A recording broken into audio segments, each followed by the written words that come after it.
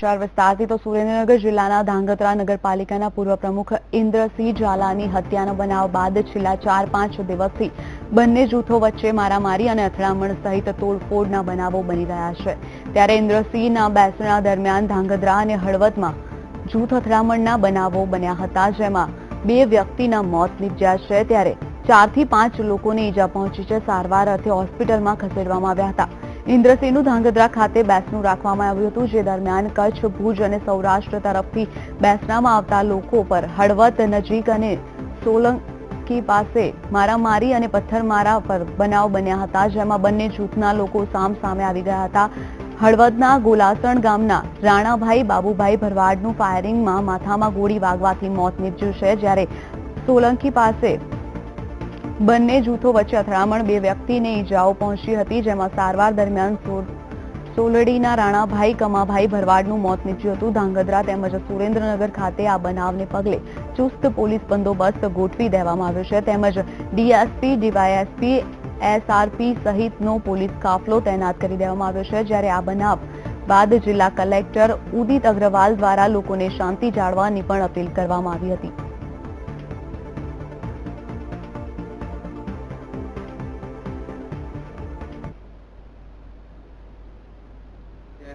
Situation normal છે કે કંઈ પણ અનિચ્છનીય બનાવ આપણા ગયા 5 કલાક 6 કલાકથી બન્યા નથી અને સ્થિતિ અત્યારે આપણા જિલ્લામાં પૂરતા પ્રમાણમાં પોલીસ બંદોબસ્ત છે અને બંને સમાજના અગ્રણીઓ દ્વારા શાંતિની અપીલ કરવામાં આવી છે। વધારાના અનિચ્છનીય મેસેજો અને ફોટાઓ લોકો વચ્ચે ડિસેમિનેટ ના થાય એના માટે કાલ સાંજે 6 વાગ્યા સુધી ઇન્ટરનેટની સેવાઓ બંધ કરવી પડી છે, જે ટૂંકમાં આવી જશે। બધા સાથે અને બધા પાસેથી હું એક અપેક્ષા રાખું છું કે શાંતિ જળવાશે અને અફવાઓ ફેલાવશે નહીં। તો ફરીથી વહીવટીતંત્ર વતી હું બધાને શાંતિ જાળવે આવી અપીલ કરું।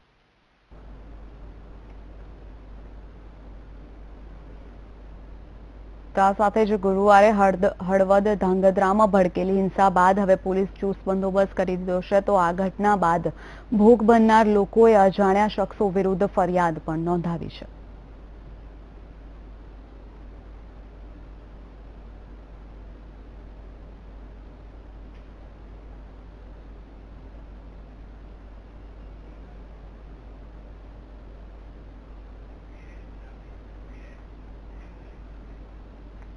આ સાથે જ અમારા સંવાદદાતા વિરેન જોડાઈ ગયા છે। તો વિરેન, 2 જૂથ અથડામણ વચ્ચે શું બનાવો બન્યા છે અને પોલીસ આ અંગે શું કાર્યવાહી કરી રહી છે?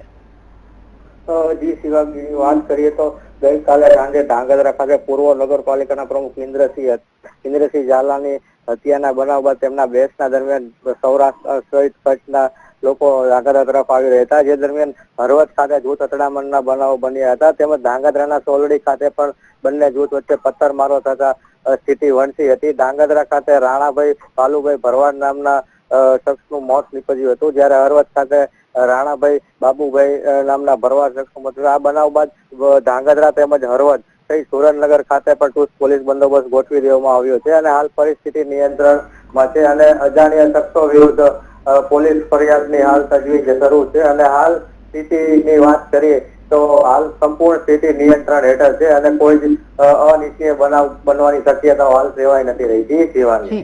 જી વિરેન્દ્ર, સમગ્ર માહિતી બદલ આભાર।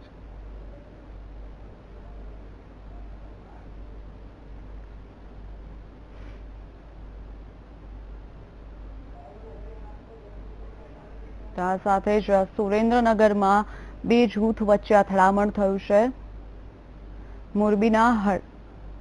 મોરબી જિલ્લાના હળવદમાં 2 જૂથ વચ્ચે અથડામણ થતા 2 વ્યક્તિના મોત પણ નીપજ્યા છે, જ્યારે 4 થી 5 લોકો ઘાયલ પણ થયા છે। ઘાયલોને સારવાર અર્થે હોસ્પિટલમાં ખસેડવામાં આવ્યા છે। તો સાથે જ અથડામણ બાદ કેટલાક વાહનોને પણ આગ ચાંપવામાં આવી હતી, જે બાદ પોલીસને ઘટના સ્થળે તૈનાત કરી દેવામાં આવી છે। પોલીસનો ચુસ્ત બંદોબસ્ત ગોઠવી દેવામાં આવ્યો છે અને શાંતિના ભાગરૂપે 144ની કલમ લાગુ કરવામાં આવી છે। મહત્વનું છે કે ઇન્દ્રસિંહ ઝાલાની શ્રદ્ધાંજલિ સભામાં મોટી સંખ્યામાં લોકો ઉમટ્યા હતા અને આ જ સભામાં જ 2 જૂથ અથડામણ થતા 2 લોકોના મોત થયા છે।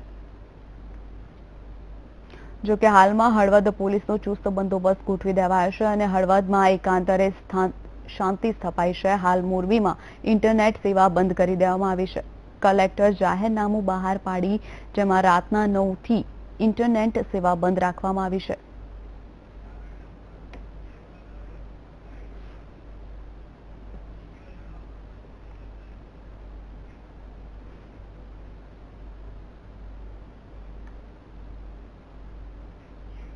તો આ સાથે જ અમારા સંવાદદાતા કેવલ દવે જોડાઈ ગયા છે. તો કેવલ જણાવશો કે ત્યાંની હાલની પરિસ્થિતિ શું છે?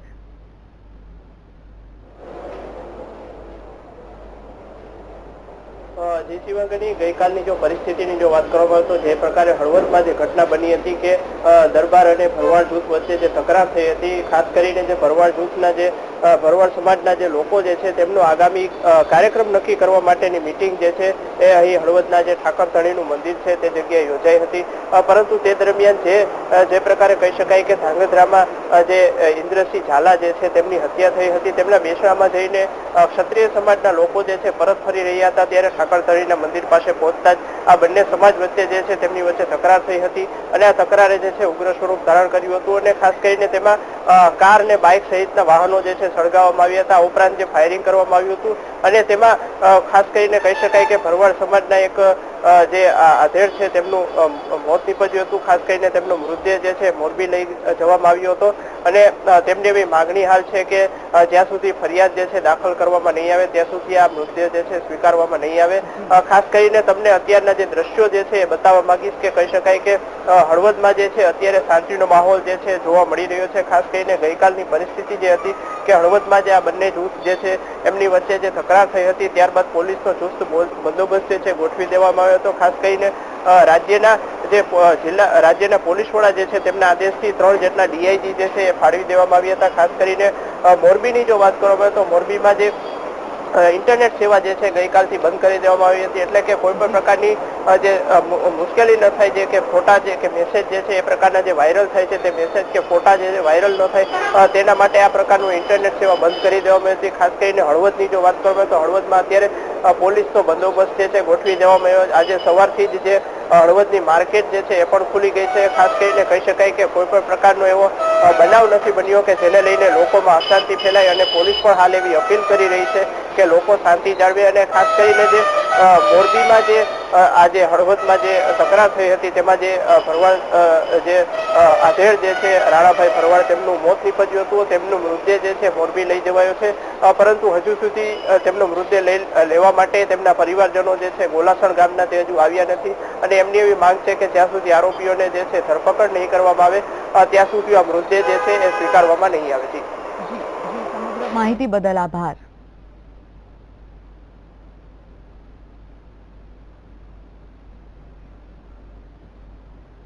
તો આ તરફ સુરેન્દ્રનગરના ધાંગધ્રામાં પણ ટોળાએ દુકાનોમાં આગ ચાંપી કરી હતી. સોલડી ગામમાં થયેલી જૂથ અથડામણમાં એક વ્યક્તિનું મોત નીપજ્યું છે, જે ધાંગધ્રામાં પોલીસ ચુસ્ત બંદોબસ્ત ગોઠવી દેવામાં આવ્યો છે. આ હળવદ અથડામણના પડઘા ગાંધીનગર સુધી પડ્યા છે.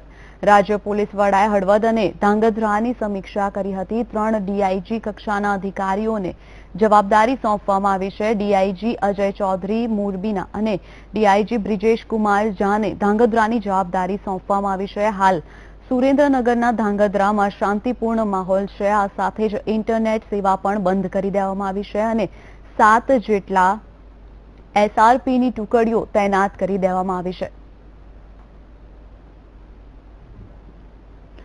તો સાથે જ સુરેન્દ્રનગર જિલ્લાના ધાંગધ્રા નગરપાલિકાના પૂર્વ પ્રમુખ ઇન્દ્રસિંહ ઝાલાની હત્યાના બનાવ બાદ શ્રદ્ધાંજલિ કાર્યક્રમમાં જતા લોકો સાથે ધાંગધ્રા અને હળવદમાં અથડામણ થતા સ્થિતિ તંગ બની હતી. જે બાદ હળવદમાં હિંસા ભડકતા ટોળાએ વાહનોમાં આગ ચાંપી હતી. તો ઘટના બાદ હળવદમાં ચુસ્ત પોલીસ બંદોબસ્ત ગોઠવી દેવામાં આવ્યો છે.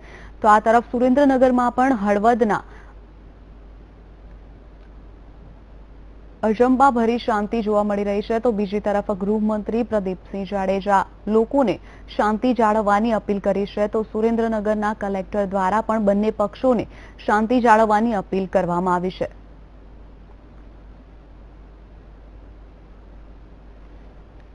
સાથે જ સુરેન્દ્રનગરના ઇન્દ્રસિંહ ઝાલાના શોક સભામાં આવતા દરેક લોકોમાંથી 2 જૂથ અથડામણ થતા 2 લોકોના મોત થયા છે.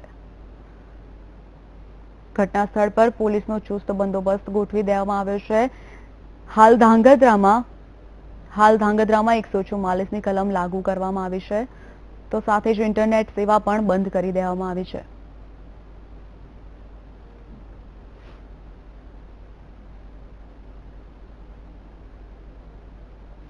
તો હળવદ અને ધાંગધ્રામાં થયેલી જૂથ અથડામણ બાદ ગૃહ રાજ્યમંત્રી પ્રદીપસિંહ જાડેજાએ વીટીવીના માધ્યમથી સૌને શાંતિ જાળવવા અપીલ કરી હતી અને શક્ય તમામ પગલાં ભરવાની ખાતરી પણ આપી છે. સૌથી પ્રથમ તો હું વીટીવીના માધ્યમથી આપના સૌ દર્શકોને, ગુજરાતના લોકોને ધાંગધ્રા અને હળવદની અંદર જે પરિસ્થિતિ ઊભી થઈ છે એ પરિસ્થિતિમાં શાંતિ જાળવવા માટે અપીલ કરું છું.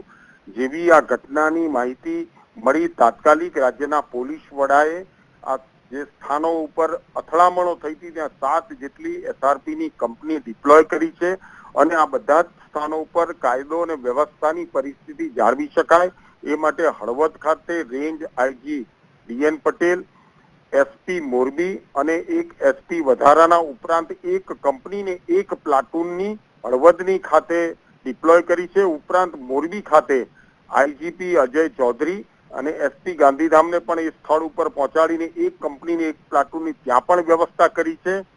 ધાંગધ્રા ખાતે આઈજી બ્રિજેશ ઝા અને એસપી સુરેન્દ્રનગર ઉપરાંત એક વધારાના એસપી સહિત 3 કંપની અને એક પ્લાટૂનની પૂરતી વ્યવસ્થા પણ ધાંગધ્રાની અંદર પહોંચાડી દેવામાં આવી છે અને સુરેન્દ્રનગરમાં અગમચેતી સ્વરૂપે કોઈ બનાવ ન બને એના માટે એક એસપીની ત્યાં પણ નિમણૂક કરીને ધાંગધ્રા, મોરબી અને હળવદના હાઈવે નો ટ્રાફિક નોર્મલ ગતિથી ચાલી શકે એટલા માટે એસપી રાજકોટને એ જવાબદારી સોંપી છે અને સાથે સાથે સોશિયલ મીડિયાના માધ્યમથી કોઈ પણ પ્રકારના ખોટા સમાચારો વાયરલ કરીને આ ઘટનાની અંદર વધારો ન થાય એના અગમચેતી સ્વરૂપે મોરબી જિલ્લા અને સુરેન્દ્રનગર જિલ્લાના કલેક્ટર શ્રી દ્વારા હાલ ઇન્ટરનેટ સેવાનું પર પ્રતિબંધ હાલ પૂરતો મૂકી દેવામાં આવ્યો છે. આમ આ બધા જ પગલાઓ અને પોલીસ તંત્રની ટીમના દ્વારા જે ટીમ સ્વરૂપે કામ કર્યું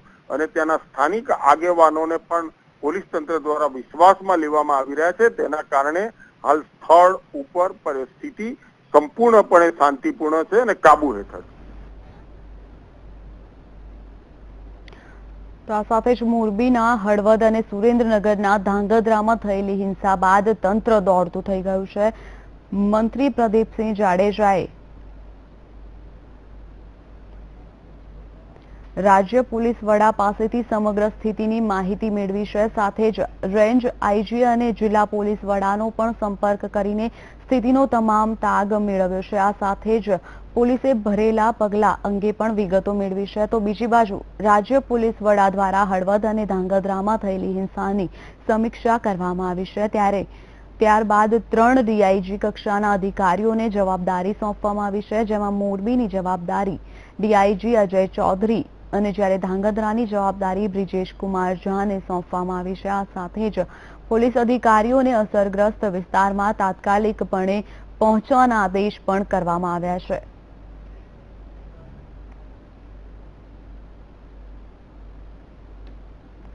તો આ સાથે જ રોકાઈશું એક બ્રેક માટે.